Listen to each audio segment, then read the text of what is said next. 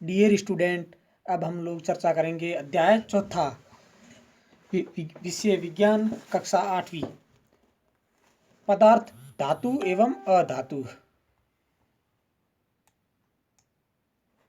अध्याय समीक्षा।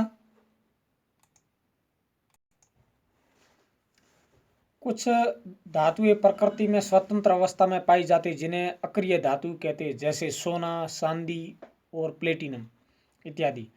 जिन धातुओं को पीट कर चादर बनाई जा सकती है, धातुओं के इस गुण को आघातवर्ध्यता कहते हैं। जिन धातुओं को खींचकर लंबी तार बनाई जा सकती है, धातुओं के इस गुण को तन्यता कहते हैं। धातु ठोस एवं चमकीली होती है। धातुएं विद्युत की सुचालक होती है। धातुएं धन आयन बनाती है। अधातुएं ठोस एवं चमकीली नहीं होती। अधातुएं ऋणायन बनाती है। अधातुएं विद्युत की कुचालक होती है। कॉपर में जंग लगता है तो उसका रंग हरा हो जाता है। अधात्विक ऑक्साइड की प्रकृति अम्लीय होती है।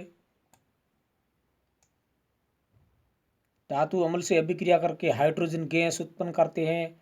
हाइड्रोजन गैस जलने पर पॉप ध्वनि उत्पन्न करता है। कॉपर सल्फेट के जलीय विलयन में जिंक डालने पर कॉपर सल्फेट का नीला रंग अदृश्य हो जाता है, क्योंकि जिंक अधिक अभिक्रियाशील होता है और वह कॉपर को विस्थापित कर देता है। पारा एक ऐसी धातु है जो कमरे की ताप पर द्रव अवस्था में पाया जाता है। सल्फर डाइऑक्साइड, जब सल्फर डाइऑक्साइड को जल में विलय करते तो सल्फ्यूरस अम्ल प्राप्त होता है। सोडियम और पोटेशियम दो ऐसे धातुएं हैं जिन्हें चाकू से काटा जा सकता है। फास्फोरस एक ऐसा सक्रिय धातु है, अधातु है, जिसको खुली वायु में रखने पर तुरंत आग पकड़ लेता है। ऑक्सीजन से संपर्क न हो इसलिए इसे जल में डुबो कर रखा जाता है। मैग्नीशियम रिबन को वायु में जलाने पर मैग्नीशियम ऑक्साइड बनता है। पॉप ध्वनि हाइड्रोजन गैस की उपस्थिति को दर्शाता है। ऐसी अभिक्रिया जिसमें अधिक अभिक्रियाशील धातु कम अभिक्रियाशील धातु को उसके यौगिक से बाहर कर देता है, ऐसी अभिक्रिया को विस्थापन अभिक्रिया कहते हैं। सोडियम तथा पोटेशियम अत्यधिक क्रियाशील धातुएं हैं। हवा के संपर्क में आते ही ये तीव्रता से ऑक्सीजन से अभिक्रिया करके ऑक्साइड बनाती है और आग पकड़ लेता है। अतः इनको सुरक्षित रखने के लिए मिट्टी के तेल में रखा जाता है। सोडियम तथा पोटेशियम को खुला वायु में छोड़ने पर आग पकड़ लेता है। एक ही तत्व के अलग अलग रूपों को अपर रूप कहते हैं। कार्बन के दो अपर रूप है, हीरा, ग्रेफाइट। धातुओं और अधातुओं के मिश्रण से बने पदार्थ मिश्र धातु कहलाते हैं, जैसे स्टेनलेस स्टील, ड्यूरेल्यूमिन, कांसा इत्यादि। अभ्यास, निम्नलिखित में से किसको पीटकर पतली चादरों में परिवर्तित किया जा सकता है? उत्तर, जिंक। निम्नलिखित में से कौन सा कथन सही है? सभी धातुएं तन्य होती है। रिक्त स्थानों की पूर्ति कीजिए। फास्फोरस बहुत सक्रिय अधातु है। धातु ऊष्मा और विद्युत की सुचालक होती है। आयरन कॉपर की अपेक्षा अधिक अभिक्रियाशील है। धातुएं अम्लों से अभिक्रिया कर हाइड्रोजन गैस बनाती हैं। इसमें सही है तो टी और यदि गलत है तो एफ लिखना है। सामान्य अधातु अम्लों से अभिक्रिया नहीं करती है और सोडियम बहुत अभिक्रियाशील धातु है, सही है टी। कॉपर जिंक सल्फेट के विलयन को जिंक विस्थापित करता है, गलत। कोयले को खींचकर तारे प्राप्त की जाती है, गलत। नीचे दी गई सारणी में गुणों की सूची दी गई है। इन गुणों के आधार पर धातुओं और अधातुओं में अंतर कीजिए। इसमें एक तो दिखावट, कठोरता, आघातवर्धनता, तन्यता, उष्मा चालन, विद्युत चालन। ये धातुएं तो चमकीली होती है, अधातु चमकीली नहीं होती है, और ये ठोस होती है और ये ठोस नहीं होती है। धातु आघातवर्धनीय होती है, अधातु आघातवर्धनीय नहीं होती है। ये तन्य होती है और अधातु तन्य नहीं होती है। धातुएं उष्मा की चालन करती है और ये उष्मा का चालन नहीं करती है धातुएं। धातुएं विद्युत का चालन करती है, अधातु विद्युत का चालन नहीं करती। प्रश्न नंबर 6, निम्नलिखित के लिए कारण दीजिए। एल्यूमीनियम की पन्नी का उपयोग खाद्य सामग्री को लपेटने में किया जाता है, क्योंकि एल्यूमीनियम एक आघात वर्धनीय धातु है। इसकी जितनी भी पतली चादरें पन्नी बनाई जा सकती हैं। और इसमें है इमर्शन रॉड धात्विक पदार्थों से निर्मित होती है। और कॉपर जिंक को उसके लवण में के विलयन से विस्थापित नहीं कर सकता, क्योंकि कॉपर जिंक को उसके लवण से विलयन से विस्थापित नहीं करता, क्योंकि जिंक कॉपर से भी अधिक अभिक्रियाशील धातु है। विस्थापन अभिक्रिया तभी होती है जब कोई कम अभिक्रियाशील धातु के लवण के विलयन में अधिक अभिक्रियाशील धातु डाली जाए। सोडियम और पोटेशियम को मिट्टी के तेल में रखा जाता है। सोडियम तथा पोटेशियम अत्यधिक क्रियाशील धातु है। हवा के संपर्क में आते ही ये तीव्रता से ऑक्सीजन से अभिक्रिया करके ऑक्साइड बनाती है और आग पकड़ लेता है। अतः इसको सुरक्षित रखने के लिए मिट्टी के तेल में रखा जाता है। क्या आप नींबू के अचार को एल्यूमिनियम के पात्र में रख सकते हैं? स्पष्ट कीजिए। नहीं। नींबू के अचार के से अम्ल होते हैं जो एल्यूमिनियम के साथ अभिक्रिया कर उसे संक्षारित कर देता है, जिससे बर्तन खराब हो जाते हैं और धीरे धीरे नष्ट हो जाते हैं। अतिरिक्त प्रश्नोत्तर। अक्रिय धातु किसे कहते हैं? कुछ धातुएं प्रकृति में स्वतंत्र अवस्था में पाई जाती है जिन्हें अक्रिय धातु कहते हैं, जैसे सोना, चांदी और प्लेटिनम। आघात वर्धनीयता। जिन धातुओं को पीट कर चादर बनाई जा सकती है, धातुओं के इस गुण को आघात वर्धनीयता कहते हैं। तन्यता। जिन धातुओं को खींचकर लंबी तार बनाई जाती है, धातुओं के इस गुण को तन्यता कहते हैं। कॉपर में जंग लगता है तो उसका रंग कैसा होता है? हरा। धात्विक ऑक्साइड की प्रकृति कैसी होती है? क्षारीय होती है। अधात्विक ऑक्साइड की प्रकृति अम्लीय होती है।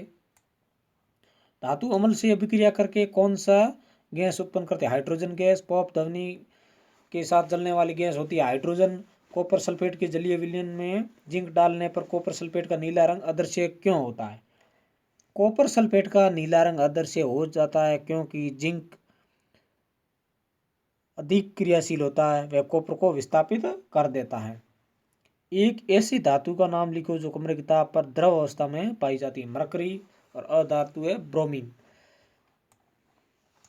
सल्फर तथा ऑक्सीजन की अभिक्रिया से बनने वाले उत्पाद का नाम लिखिए। क्या होता है जब इस उत्पाद को जल में विलय करते हैं? इस अभिक्रिया का रासायनिक समीकरण दीजिए।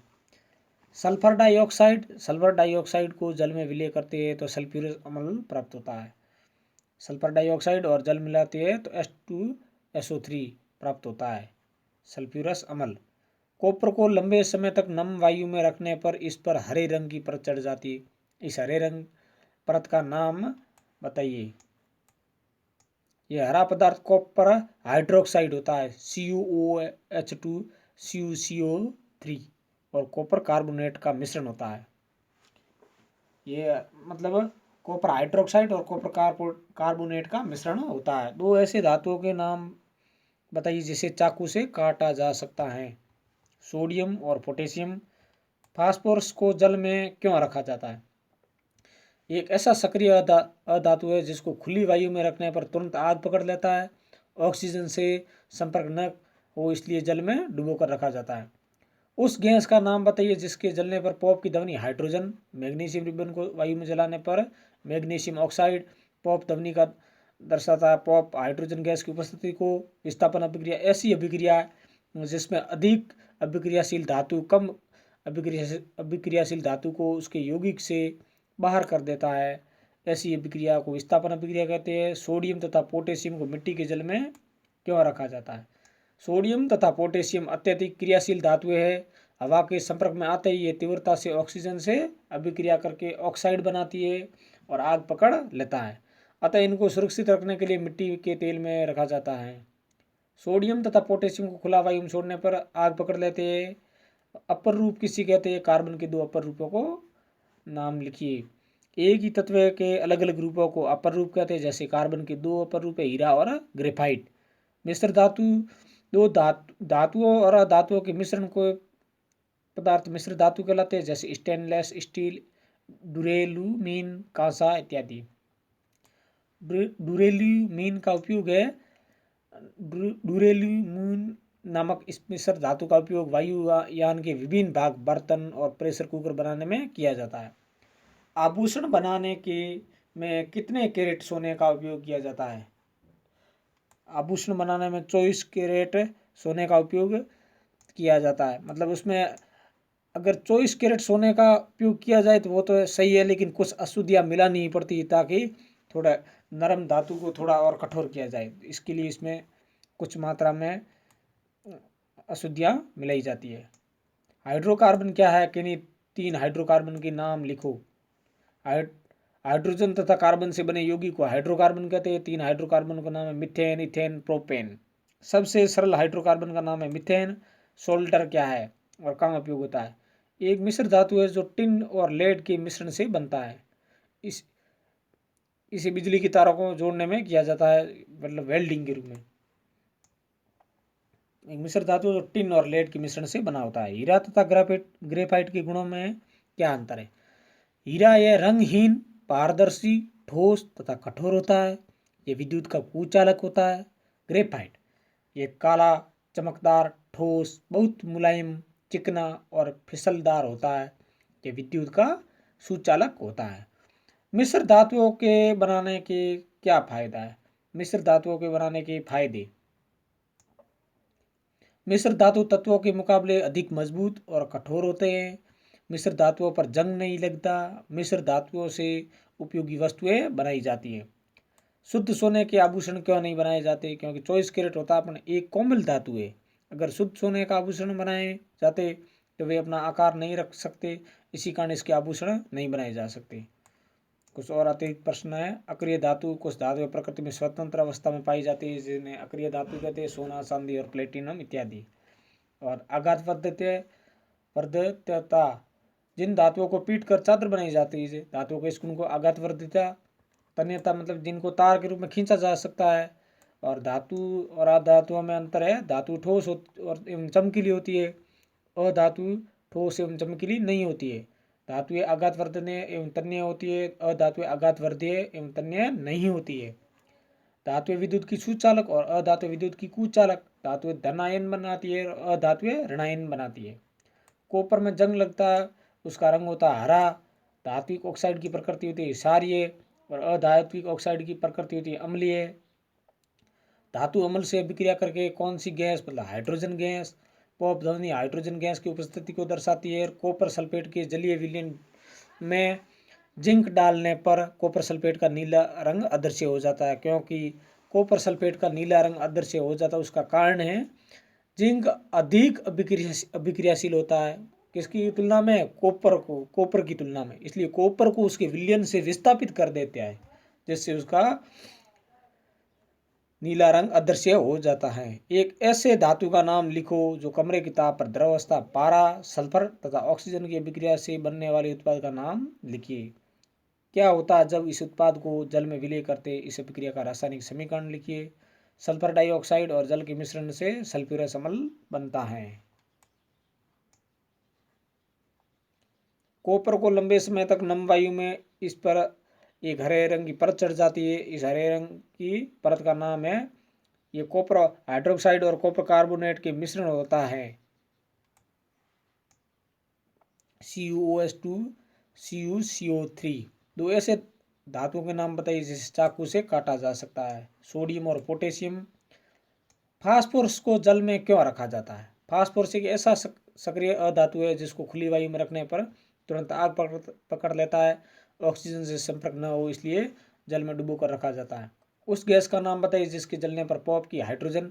मैग्नीशियम रिबन को वायु में जलाने पर क्या होता है? मैग्नीशियम ऑक्साइड बनता है। पॉप ध्वनि हाइड्रोजन गैस की उपस्थिति को दर्शाती है। और विस्थापन अभिक्रिया ऐसी अभिक्रिया जिसमें अधिक अभिक्रियाशील धातु कम अभिक्रियाशील धातु को उसके यौगिक से बाहर कर देता है, ऐसी अभिक्रिया को विस्थापन अभिक्रिया कहते हैं। सोडियम तथा पोटेशियम को मिट्टी के तेल में इसलिए रखा जाता है कि वह ऑक्सीजन से अभिक्रिया करके ऑक्साइड बनाती है, जिससे आग पकड़ लेता है। अतः इनको सुरक्षित रखने के लिए मिट्टी के तेल में रखा जाता है। सोडियम तथा पोटेशियम को खुला वायु में छोड़ने पर वे आग पकड़ लेते हैं। अपर रूप किसे कहते हैं? कार्बन के 2 अपर रूप है, मतलब एक ही तत्व के अलग अलग रूपों को अपर रूप कहते हैं। कार्बन के 2 अपर रूप है, हीरा और ग्रेफाइट। मिश्र धातु, धातु और अधातुओं के मिश्रण से पदार्थ बने मिश्र धातु कहलाते हैं, जैसे स्टेनलेस स्टील, ड्यूरेमीन, कांसा इत्यादि। अब अतिरिक्त और भी प्रश्न है। ड्यूरेलुमीन का उपयोग नामक मिश्र धातु का उपयोग वायुयान के विभिन्न भाग, बर्तन और प्रेशर कुकर बनाने में किया जाता है।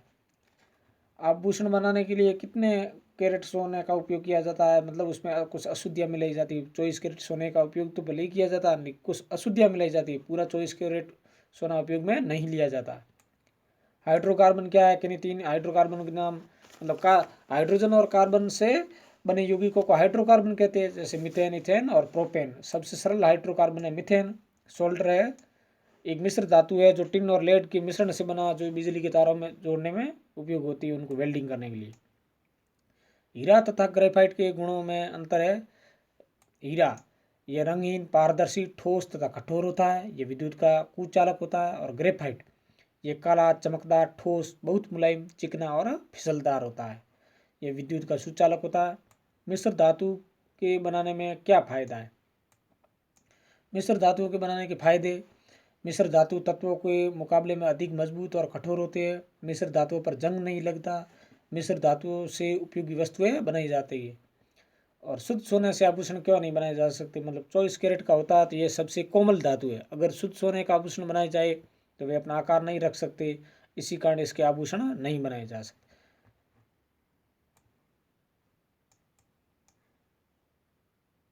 इसी के साथ में हमारा अध्याय चौथा धातु एवं अधातु समाप्त हुआ। इनके प्रश्न उत्तर जो भी बन रहे थे वेरी इंपॉर्टेंट, जो बोर्ड में आने लायक थे, उन प्रश्नों को हमने कंप्लीट कर लिया। तो प्यारे विद्यार्थियों, मैं आपसे एक ही गुजारिश करता हूं कि आप मेरे वीडियो को देखकर और समझने का पूरा प्रयास करेंगे, और अपनी आपकी पढ़ाई में मेरा वीडियो एक तरह से कारगर हथियार की तरह साबित होगा। तो मेरे वीडियो को सब्सक्राइब भी कर दीजिए और बेल आइकन को भी प्रेस कर दीजिए, ताकि शिक्षा से जुड़ा हुआ जो भी वीडियो मैं अपलोड करूँ वह आप तक पहुँच पाए। धन्यवाद। इसी के साथ में मैं प्रकाश चंद पातलिया।